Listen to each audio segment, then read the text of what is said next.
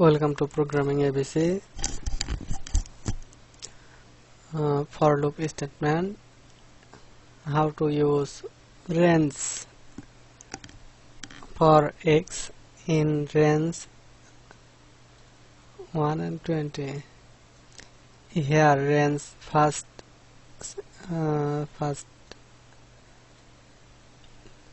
number is start number and last number.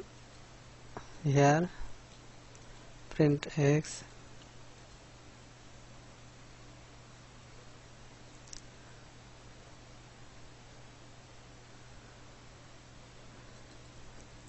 I change start number 11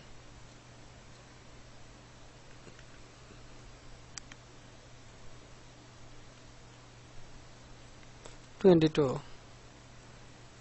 Then our output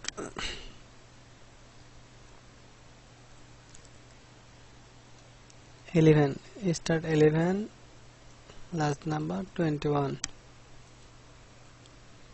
Thank you for watching. Please subscribe my channel.